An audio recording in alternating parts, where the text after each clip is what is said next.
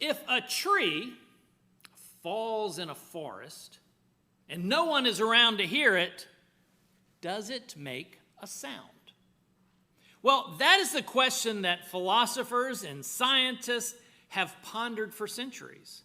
Now, scientists would argue that a falling tree creates vibrations which move through the air, and those vibrations exist whether or not there is anyone present to hear them. Philosophers, on the other hand, would argue that without someone there to actually perceive those vibrations and understand what they are, then no sound exists. So which side are you on? But before you answer that, here's another question for you. If a musician,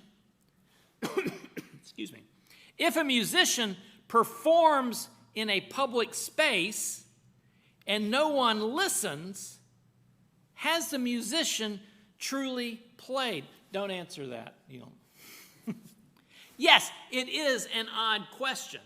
But believe it or not, this very question has been put to the test.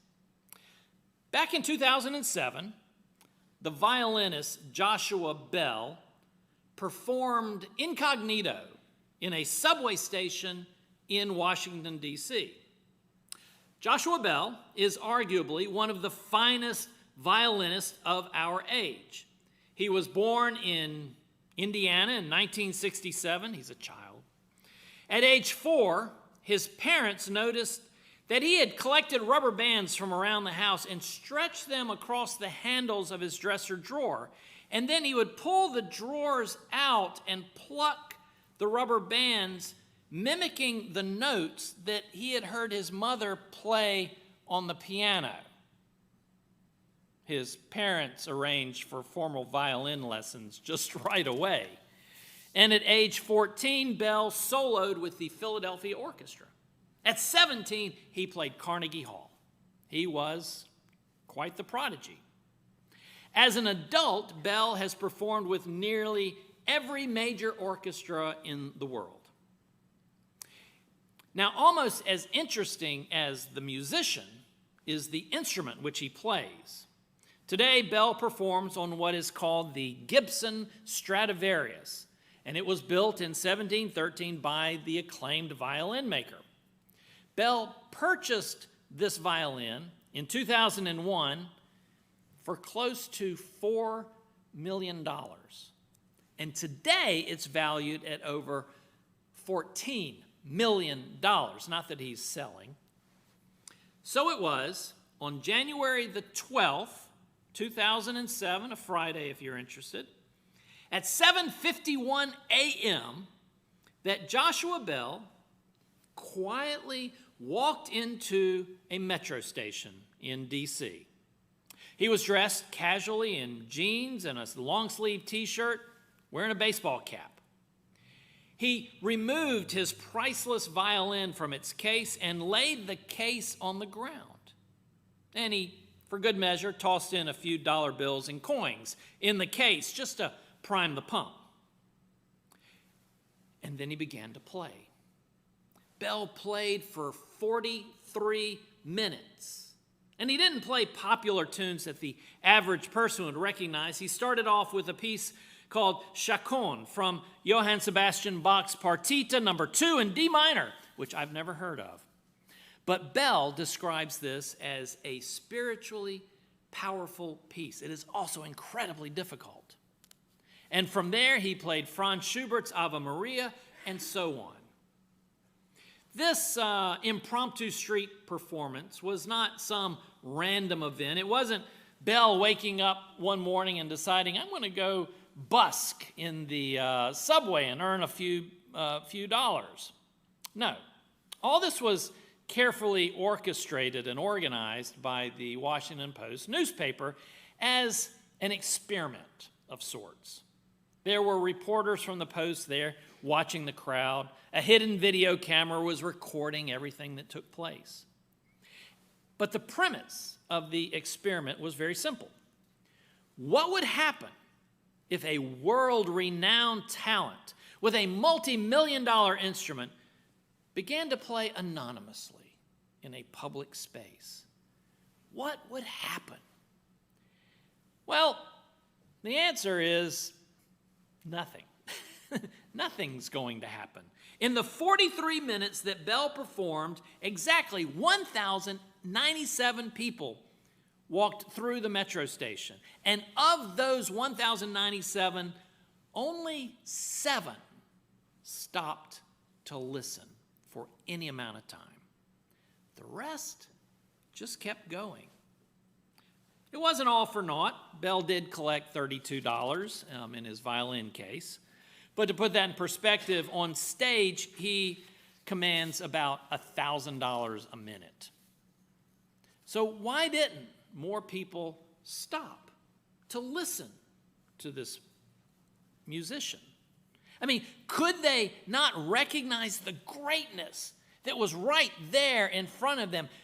Couldn't they just take a moment and enjoy it and listen and appreciate? Well, there are a lot of answers to that question of why people didn't stop. Well, the biggest one is that it was early in the morning, and these folk were on their way to work. Their minds were full of all that they had to do that day. The music, yeah, it was nice, but they had a schedule to keep. They had places to be, things to do. They didn't know who this musician was. Nobody recognized him. And many of them had headphones listening to their own music. Now, it would be interesting to track down each person who walked by and tell them exactly what they had just missed. But that would actually be a bit cruel, wouldn't it? But the story does make me wonder, what wonderful things that I miss each day in my busyness. And furthermore, as a person of faith, I wonder what God encounters that I ignore as I rush from A to B. What is it that I am denying myself? For the past 5 weeks, we've all been reading through Paul's letters to the church in Corinth. And as I've mentioned, while staying in the Greek city of Corinth, Paul reached out to residents of that city and told them about the gospel of Jesus Christ. He taught people about this gospel. And as he taught, he gathered folks into a worshiping community. And after 18 months, he moved on to Ephesus to start over, to start another church. But he kept in touch with his old parishioners and sadly learned from them of conflicts and divisions that were occurring within that church in Corinth. And so he writes back to this church with words of guidance and instruction, of encouragement, and most of all, of love, because he truly loved these people. As we've journeyed through these letters, you might get the impression that being in a church is all about doing things in a certain way, about being proper, about following the rules. And through his correspondence, Paul does address each of these issues within the church one by one because they were important to the people. But to be honest, Paul would be the first to admit that these issues are secondary. They are not what being a church is about. They are distractions. Being a Christ follower is not about being perfect. It's not about being how you worship. It's not about the food you eat or the car you drive. Being a Christ follower is much, much more. And Paul, in our reading for today, he's taking a step back from those distractions in Corinth to remind the people that to be a Christian is to see the light of God in the face of Christ. That's it. To be a Christian is to see the light of God in the face of Christ. Let's imagine that we could have a conversation with Paul today. And we were to tell him this story about Joshua Bell, about how so few people stopped to listen when he played his violin there in the subway. Paul would likely say that those people who walked by without stopping and listening did so because they were veiled. That is, they could not recognize the beauty of this music because of the veil covering their eyes, or their ears in this case. And this is what he tells the people at the church in Corinth, that for those who cannot see the glory of God, it is because it is like their eyes are covered with a veil. For those in Corinth, the gospel is there in front of them. He brought it to them. He taught them the gospel. And either they can see it or they are veiled. And if they are veiled, he says, if they are veiled, it is because Satan, the one Paul refers to as the God of this age, has blinded their minds. Satan, the God of this age, has drawn a veil over their faces. Satan has blinded them to, quote, keep them from seeing the light of the gospel of the glory of Christ. And Christ, Paul tells us, is nothing less than the image of God. Those who are blind cannot see God, even though God is right there before them in Jesus Christ. As Christ followers, their purpose, and our purpose as well, is to let the light shine out of the darkness. This light is God's light. It is the light of creation that has been with us since the beginning of time. It's not just the light of the sun in the sky. It is the light of God's Son. The light of the gospel illumines our world and enables us to see what we would not see otherwise. Today is Transfiguration Sunday. Lent begins Wednesday. But before we enter into that season of penitence, a season that takes us to Easter, it is a good time to be reminded of who Jesus is, because Lent can get a bit dark. And this reminder acts like a flashlight, bringing light to our penitence and to our grief, to our sorrow as we move towards Easter. In the account of the Transfiguration, Jesus leads Peter, James, and John up a mountain. They're alone, just the four of them. And together they pray. And there at the top of the mountain, Jesus changes. He is transfigured. Even his clothes are shining brightly. And then along with Jesus are Moses and Elijah, who are ancient heroes of the faith, and they are deep in conversation with Jesus. There on that mountain, for the very first time, the disciples are able to see Jesus as something more than human. He is divine.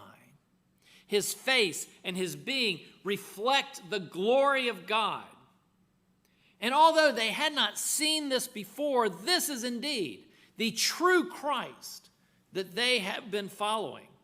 He's not just the Christ of miracles and healing. He's not just the Christ of stories and parables and preaching to crowds. No, this is the Christ, the one who reflects God's glory. Peter, James, and John are frightened by all that's going on. They see it, but they don't understand it. Peter has an idea, a suggestion. Peter's a fix-it sort of guy. He wants to do something here. And his suggestion is that they should build 3 booths or huts or structures. Well, in other words, what he really wants to do is build 3 churches to contain these holy figures, 3 little museums to hold this moment in time. This would be a place where people could come up the mountain and see Jesus and Elijah and Moses. They could stop at the souvenir stand. They could buy some lunch at the food trucks over here. It would be great. But that's not what God wants. And God shouts out, no. God says, this is my Son, the beloved. Listen to him. Peter's idea, it was a good one, really. But it's what we humans always do. We create distractions. We distract from what we should be seeing. But God says to Peter, listen to him. So the question I want to leave you with today, the question is this.